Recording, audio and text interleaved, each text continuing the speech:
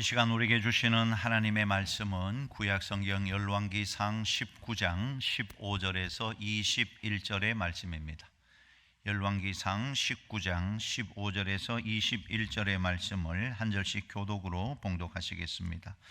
여호와께서 그에게 이르시되 너는 내 길을 돌이켜 광야를 통하여 다메섹에 가서 이르거든 하사엘에게 기름을 부어 아람의 왕이 되게 하고 너는 또 님시의 아들 예후에게 기름을 부어 이스라엘의 왕이 되게 하고 또 아브멜홀라 사밧의 아들 엘리사에게 기름을 부어 너를 대신하여 선지자가 되게 하라. 하사엘의 칼을 피하는 자를 예후가 죽일 것이요 예후의 칼을 피하는 자를 엘리사가 죽이리라. 그러나 내가 이스라엘 가운데에 7,000명을 남기리니 다 바알에게 무릎을 꿇지 아니하고 다 바알에게 입맞추지 아니한 자니라. 엘리야가 거기서 떠나 사밧의 아들 엘리사를 만나니 그가 12 겨리소를 앞세우고 밭을 가는데 자기는 12째 겨리소와 함께 있더라. 엘리야가 그리로 건너가서 겉옷을 그의 위에 던졌더니 그가 소를 버리고 엘리야에게로 달려가서 이르되 청하건대 나를 내 부모와 입맞추게 하소서. 그리한 후에 내가 당신을 따르리이다. 엘리야가 그에게 이르되 돌아가라. 내가 내게 어떻게 행하였느냐 하니라. 다 같이요. 엘리사가 그를 떠나 돌아가서 한 겨리소를 가져다가 잡고 소의 기구를 불살라 그 고기를 삶아 백성에게 주어 먹게 하고 일어나 엘리야를 따르며 수종 들었더라. 아멘. 이번 명절에도 하나님의 큰 은총이 함께하기를 한 번 더 축원합니다. 자, 오늘 본문 말씀을 중심으로 하나님의 부르심이라는 제목으로 함께 은혜 받고자 합니다. 우리가 엘리야에 대해서 살펴보고 있는데 참 엘리야는 위대한 선지자입니다. 그런데 열왕기상 19장에 나타난 연약한 모습도 그대로 보여주고 있어요. 이세벨이 죽이겠다고 하니까 로뎀나무 아래에 도망을 가서 죽기를 구했던 사람이 엘리야입니다.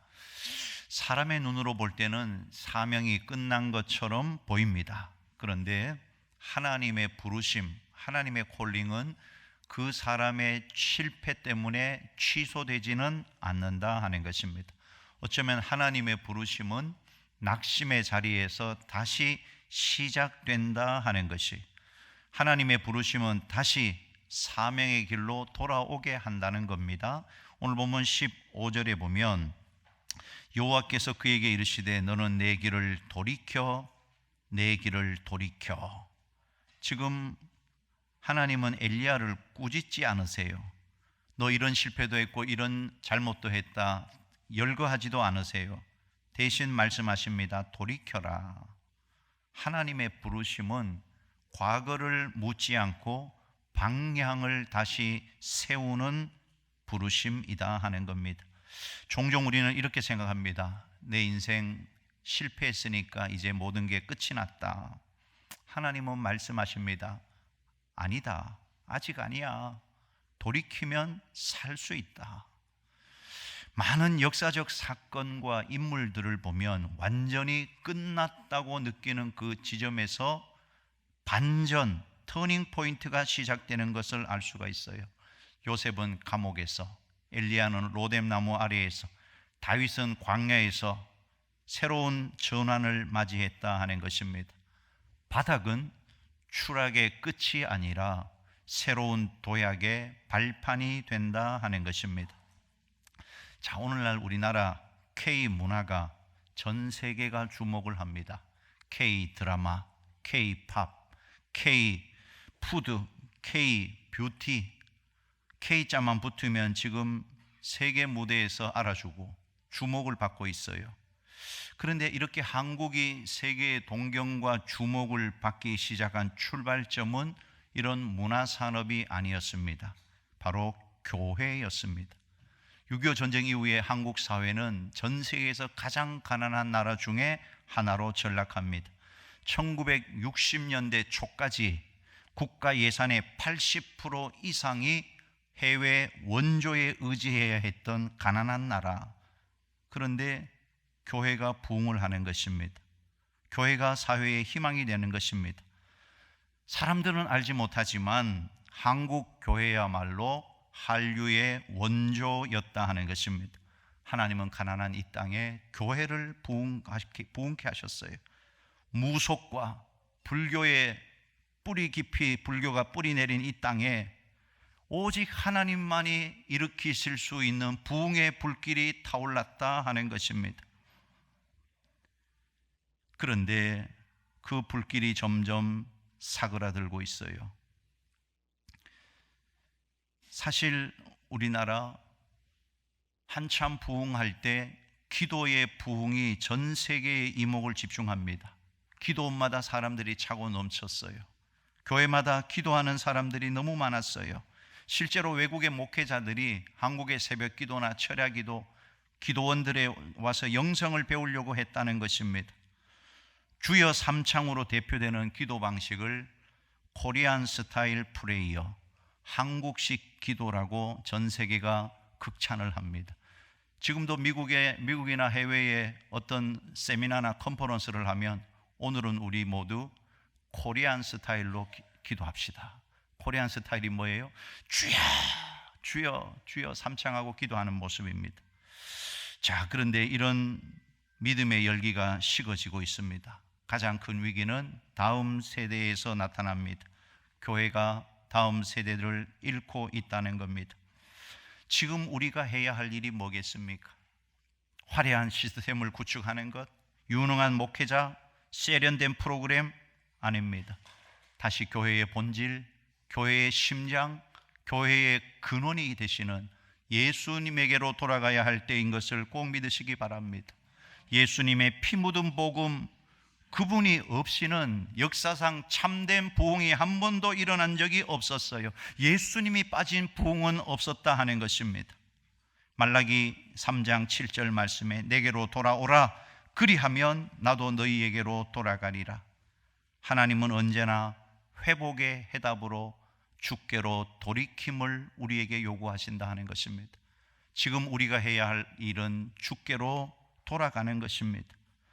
주께로 돌아가는 것 말고 교회를 살릴 다른 방법이 없다 하는 것입니다.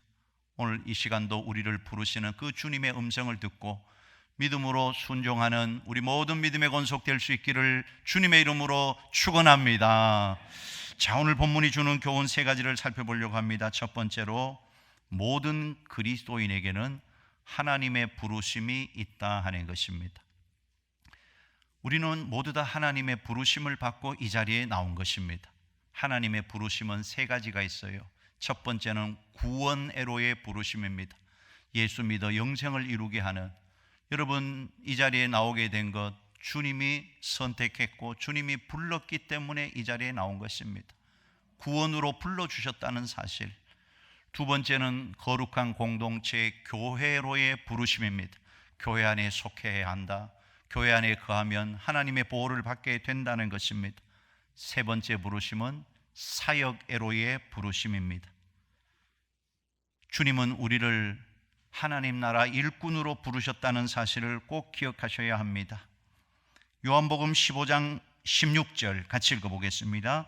너희가 나를 택한 것이 아니요 내가 너희를 택하여 세웠나니 이는 너희로 가서 열매를 맺게 하고 또 너희 열매가 항상 있게 하여 내 이름으로 아버지께 무엇을 구하든지 다 받게 하려 함이라. 너희가 나를 택한 것이 아니고 내가 너희를 택하여 세웠다. 아멘이십니까? 하나님이 우리를 택했습니다. 구원으로도 불러주셨고 교회 안으로 들어오게 하셨고 이제는 사명자로 세워가고 계시다 하는 것입니다. 오늘 엘리야에게도 하나님은 새로운 사명을 주세요. 그가 실패한 것 같았지만 여전히 하나님은 그를 또한 사명자로 불러주시는 것입니다. 그가 받은 사명은 뭐냐? 오늘 본문에 보면 아벨 무홀라라는 마을로 보내서 사밧의 아들 엘리사를 후계자로 삼는 사명을 주셨다는 겁니다. 자, 엘리사도 엘리야만큼 바알 숭배를 극도로 싫어하는 하나님의 사람이었어요. 갈멜산 영적 싸움이 있었을 때 아마 엘리사도 그곳에 있었을 겁니다.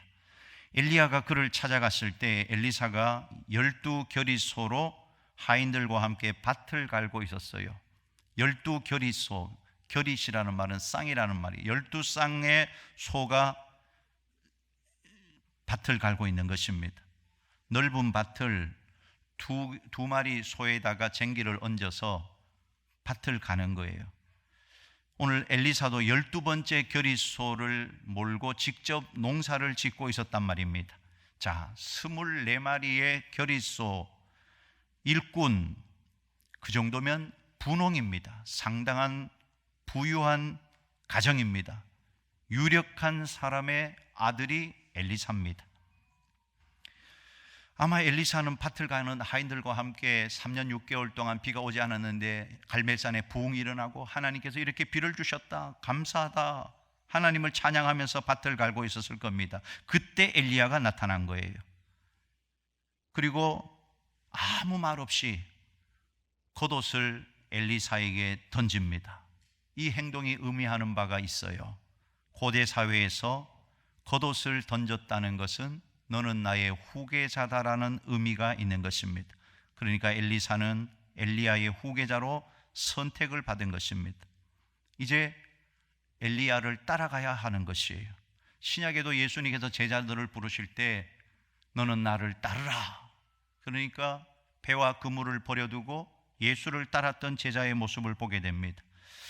하나님의 부르심은 이와 같이 이미 준비된 사람에게 임하는 것을 알 수가 있어요. 19절입니다. 같이 읽어보십시다. 엘리야가 거기서 떠나 사밧의 아들 엘리사를 만나니 그가 12겨리소를 앞세우고 밭을 가는데 자기는 12째 겨리소와 함께 있더라. 엘리야가 그리로 건너가서 겉옷을 그의 위에 던졌더니 엘리사가 놀고 있지 않았어요. 밭을 갈고 있었어요. 자기 자리에서 충성된 사람을 하나님은 쓰시더라 하는 것입니다.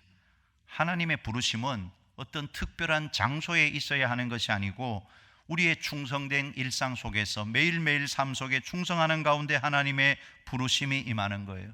하나님이 우리를 부르실 때 어떤 특별한 어느 날 갑자기 특별한 역사와 함께 나타나는 것 같지만 오랜 순종 위에 하나님의 부르심이 우리 가운데 임한다는 것입니다. 하나님의 부르심은 설명하지 않고 결단을 요구하세요. 지금 엘리야가 엘리사에게 하나님이 이렇게 너를 부르신다 설명하지 않았습니다. 긴 설교를 하지 않았어요. 그냥 겉옷을 던져버립니다. 하나님의 부르심은 내가 이해를 다 끝마쳐야 되는 것이 아니고 순종으로 응답할 때 그 부르심이 선명해진다는 것입니다. 오늘도 하나님은 우리를 부르세요. 내가 납득이 되고 설득이 되고 이해가 되는 것이 아니라 하나님의 말씀이라면 순종으로 응답하고 나갈 때 그 부르심이 더욱 선명해진다 하는 것입니다. 엘리사가 말합니다. 부모에게 입맞추게 해 주십시오. 이 말은 미루겠다는 것이 아니고 자기의 삶을 정리하겠다는 선언입니다. 21절 같이 읽어보십시다. 엘리사가 그를 떠나 돌아가서 한 겨리소를 가져다가 잡고 소의 기구를 불살라 그 고기를 삶아 백성에게 주어 먹게 하고 일어나 엘리야를 따르며 수종 들었더라. 쟁기를 불살랐다는 것은 돌아갈 길을 끊었다는 것입니다. 감정적으로 결단한 것이 아니고 전적으로 헌신했다 하는 것입니다. 하나님의 부르심은 항상 우리의 전부를 요구하신다 하는 것입니다. 그 하나님의 요구가 우리의 자유를 빼앗기 위함이 아니라 참된 삶으로, 진정한 자유의 삶으로 이끌어가기 위함이다 하는 것입니다. 오늘 우리 모든 성도들, 하나님은 우리에게 콜링하고 계세요. 부르십니다. 그 부르심에 믿음으로 응답하는 믿음의 성도들이 다 되시기를 주님의 이름으로 축원합니다. 두 번째, 하나님의 부르심에는 외적인 부르심과 내적인 부르심이 있다 하는 것입니다. 항상 하나님의 부르심은 두 가지 차원으로 이루어진다는 걸 알아야 해요. 외적 부르심, 내적인 부르심. 외적인 부르심은 교회에서 직분이나 사역을 받는 것을 말합니다. 신학교를 간다든지 혹은 선교사로 나간다든지 겉으로 드러나는 부르심. 반면에 내적 부르심은 그 사람 영혼 깊은 곳에 하나님이 나를 부르셨다는 내적인 확신을 주는 것이에요. 엘리야가 엘리사에게 겉옷을 던졌을 때 겉옷을 던졌다는 것은 외적인 부르심이고, 엘리사의 영혼 깊은 곳에서 이것은 하나님의 부르심이다 확신하게 된 것이 내적 부르심이다 하는 것입니다. 여러분, 여기 보면 엘리사가 고민하지 않아요. 적어도 며칠은 고민해야 될 것 아닙니까? 우리가 신학교를 간다고 할 때 하루 고민하고 신학교 가는 사람은 없을 겁니다. 몇 년을 기도한다든지 몇 개월은 기도해보고 신학교를 갈 텐데 엘리사는 즉각적으로 응답했다 하는 것입니다. 그가 즉각적으로 응답할 수 있었던 이유가 뭘까요? 내적인 부르심에 확신이 있었기 때문에 그런 것입니다. 그러면 엘리야가 올 것을 예측했을까요? 하나님이 나를 부르실 거다 기다리고 있었을까요? 우리는 알 수가 없습니다. 그러나 그가 즉각적으로 응답한 것은 엘리야의 명성이 탐이 나서 그 자리를 탐내기 위해서도 아니고 뭔가에 홀린 것도 아니고 이미 그가 준비된 사람이었다는 뜻입니다. 엘리야가 겉옷을 그에게 던졌을 때 이건 하나님이 나를 부르시는 것이구나 확신을 가지고 순종했다 하는 것입니다. 하나님은 우리를 부르실 때 외적인 부르심만이 아니라 내적으로도 우리를 부르신다는 사실을 꼭 기억해야 합니다. 그런데 만약에 외적인 부르심은 있었는데 내적인 부르심이 없다면 어떻게 되겠냐 하는 것입니다. 교회에서 장로로, 권사로, 집사로, 셀리더, 교사, 찬양대, 전도대, 봉사대 직분을 받고 사역을 합니다. 그런데 만약 이것이 하나님이 나에게 맡기신 것이라는 내적 부르심의 확신이 없다면 처음에는 열심히 일하겠지만 작은 어려움이 닥쳐오면 마음이 흔들릴 거예요. 이건 내 사명이 아닌가 보다. 내가 꼭 이런 일을 해야 되는가? 목사님을 찾아와서 목사님 나 지쳤습니다. 더 이상은 못하겠습니다. 반면에 내적인 부르심에 대한 확신, 하나님이 나를 부르셨다는 확신을 가졌다면 무슨 일을 만나더라도 흔들리지 않게 된다 하는 것입니다. 하나님이 나에게 맡기신 일인데 생명을 내놓고서라도 해야 되지 않겠는가? 어떻게 그만두겠다고 말할 수 있겠는가? 오늘 여러분, 우리에게도 이런 내적 부르심에 대한 확신이 모두에게 있기를 간절히 소원합니다. 그런데 진짜 중요한 문제는 구원에 대한 내적 부르심의 확신이에요. 구원의 확신. 여러분, 우리 가운데 교회는 다니는데 다니다 보니까 세례도 받게 되고 집사도 되고 권사도 되고 장로도 되고 찬양대도 교사도, 그런데 나는 구원받았다는 내적인 확신이 없는 사람이 있다는 것입니다. 이게 정말 심각한 문제가 아닐 수가 없다는 것입니다. 그렇다고 교회를 오래 다녔으니까 그냥 구원받았다고 치자 하고 넘어갈 수가 없는 것이에요. 장로니까 권사니까 집사니까 구원받았겠지라고 그냥 지나갈 수 없는 문제이다 하는 것입니다. 구원에 대한 내적 확신은 우리 그리스도인에게는 너무나 중요한 문제이다 하는 것입니다. 하나님은 우리에게 그 구원의 확신을 주신단 말입니다. 18세기 영국의 감리교 운동을 시작한 존 웨슬레, 구원의 확신 교리를 그는 끊임없이 강조했는데 구원받은 사람 안에 오신 성령님은 그의 영에게 너는 내 자녀이다, 너는 내 아들이다, 내 딸이다 라는 분명한 확신을 주신다고 그는 말했습니다. 구원받은 사람은 누구나 자기가 구원받았다는 내적인 확신을 갖게 된다 하는 것입니다. 성령님이 그렇게 하신다는 것이에요. 자, 그렇다면 오늘 여러분, 구원의 확신이 여러분에게 있습니까? 여러분에게 주어진 직분과 사역에 대한 내적 부르심이 분명히 있는가 하는 것입니다. 자, 여러분, 이런 확신의 문제도 확신을 자꾸 성장하고 자라가게 해야 해요. 그 방법이 있습니다. 첫 번째는 말씀 속에 있는 약속을 꽉 붙들어야 됩니다. 말씀 속에 있는 약속을 붙들어야 돼요. 내 감정 따라서 구원의 확신이 흔들려서는 안 되는 것이에요. 두 번째는 하나님 앞에 정직하게 회개해야 합니다. 회개할 때 구원의 확신을 주십니다. 하나님의 자녀라는 내적인 변함없는 확신. 세 번째는 공동체 안에서 말씀 나눔을 하셔야 합니다. 셀 모임 안에서 말씀으로 서로를 나누고 격려하고 세워갈 때 구원의 확신이 더 든든하게 세워져 가는 것입니다. 네 번째는 반복적 복음 묵상이 필요합니다. 복음은 구원받을 때만 필요한 것이 아니라 날마다 우리의 삶을 이끌어가는 능력이 복음 안에 있다는 것. 예수님의 그 십자가의 복음을 반복적으로 묵상할 때 확신이 자라나게 된다는 것입니다. 확신은 하루아침에 완성되는 것이 아니에요. 믿음의 근육은 믿음의 훈련을 통해서 계속 성장해 가야 하는 것입니다. 오늘 이 부르심의 확신을 가지고 힘있게 주의 일을 감당하는 믿음의 성도들 될 수 있기를 주님의 이름으로 축원합니다. 마지막 세 번째, 하나님의 부르심에 순종으로 반응하라 하는 것입니다. 20절 말씀 같이 읽어보겠습니다.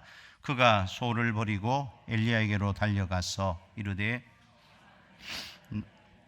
입맞추게 하소서. 그리한 후에 내가 당신을 따르리이다. 엘리야가 그에게 이르되 돌아가라. 내가 내게 어떻게 행하였느냐 하니라. 돌아가라. 내가 내게 어떻게 행하였느냐. 해석하기 쉬운 문장은 아니지만 문맥상으로 보면 언제 결단하든지 그것은 너가 할 일이다, 이렇게 해석할 수가 있을 겁니다. 메시지 성경에는 이 부분을 이렇게 번역을 했어요. 그렇게 하여라 하지만 방금 내가 내게 한 일을 잊지 말아라. 집으로 돌아간 엘리사, 겨릿소를 가져다가 잡고 소의 기구를 불살랐어요. 그리고 고기를 삶아서 동네 잔치를 하고 일어나 엘리야를 따라갑니다. 아마 이런 말 있잖아요. 지나온 다리를 불태웠다. 이제는 돌아갈 길을 퇴로를 막고 전진하겠다는 믿음의 결단입니다. 예수님도 이렇게 말씀하십니다. 누가복음 9장 62절 같이 읽어요. 예수께서 이르시되 손에 쟁기를 잡고 뒤를 돌아보는 자는 하나님의 나라에 합당하지 아니하니라 하시니라. 성경에 보면 이 엘리사와 비교되는 한 인물이 있어요. 마가복음 10장에 나오는 부자 청년입니다. 예수님에게 와서 선한 선생님, 내가 어떻게 해야 영생을 얻을 수 있겠습니까? 너 계명 지켰냐? 예, 지켰죠. 그때 예수님께서 이렇게 말씀하십니다. 마가복음 10장 21절 같이 읽어요. 예수께서 그를 보시고 사랑하사 이르시되 내게 아직도 한 가지 부족한 것이 있으니 가서 내게 있는 것을 다 팔아 가난한 자들에게 주라. 그리하면 하늘에서 보화가 내게 있으리라.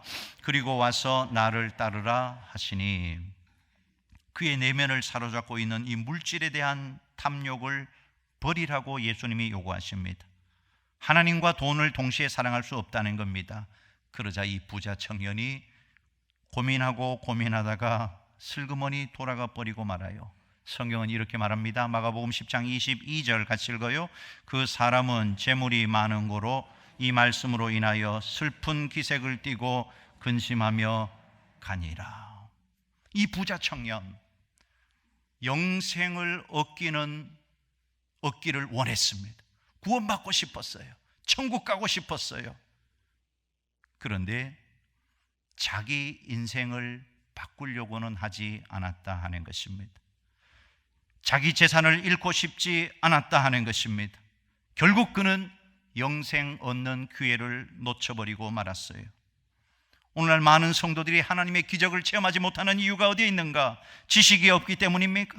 몰라서입니까? 믿음 생활을 오래 하지 않았기 때문입니까? 아닙니다. 이유는 딱 한 가지입니다. 삶을 바꾸려고 하지 않기 때문에 그런 것입니다.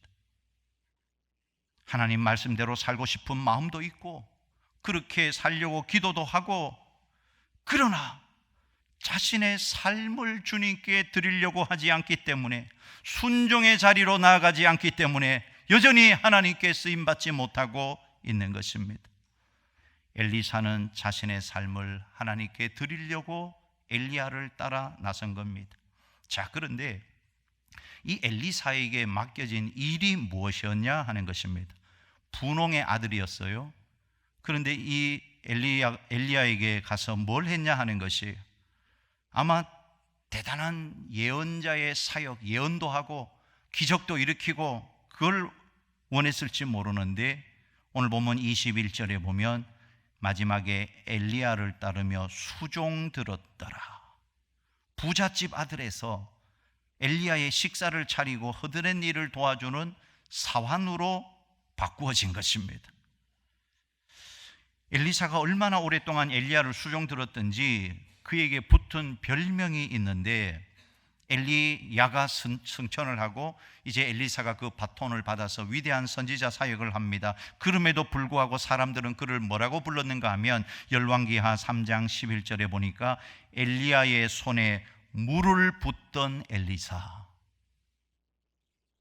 세수할 때 곁에서 물 챙겨주던 사람, 몸종이라는 말입니다. 사람들이 엘리사를 보고 말할 거예요.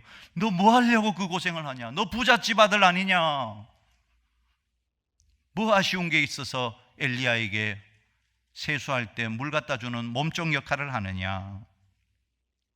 우리가 하나님의 부르심을 받고 사역의 길을 갈 때 인내가 필요한 시간이 반드시 있어요. 우리를 겸손하게 따듬는 필수 코스가 있다는 것입니다. 하나님은 남에게 비천하게 보일 만큼 낮아지는 훈련을 꼭 거치게 하신다 하는 것입니다. 오늘도 우리 가운데 뭐 그렇게 열심히 교회 가냐? 내일 모레 설날인데 오늘은 집에 있자. 이런 핀잔을 듣고도 예배의 자리에 온 사람이 있을 수 있습니다. 한 사람을 전도하려다가 모욕적인 말투를 들을 사람도 있습니다. 그럼에도 불구하고 오늘 우리가 예수님을 따르는 이유가 무엇입니까? 예수님을 본받기 위해서 그런 것입니다. 예수님도 눈앞의 영광을 위해 잠시 당하는 십자가의 고난을 아무렇지도 않게 감내하셨다 하는 것입니다. 우리도 영생을 확신하기 때문에 이 땅에서의 수고를 감내하며 예수님을 따라가고 있는 것입니다. 최후의 승자가 누구인지 알기 때문에 주님을 따라가고 있는 것입니다. 여러분은 하나님의 부르심에 순종할 준비가 되어 있습니까? 하나님은 사람을 부르실 때 자녀로만 부르시지 않았다는 걸 기억하십시오. 하나님의 나라를 위한 일꾼으로도 우리를 부르셨다 하는 것입니다.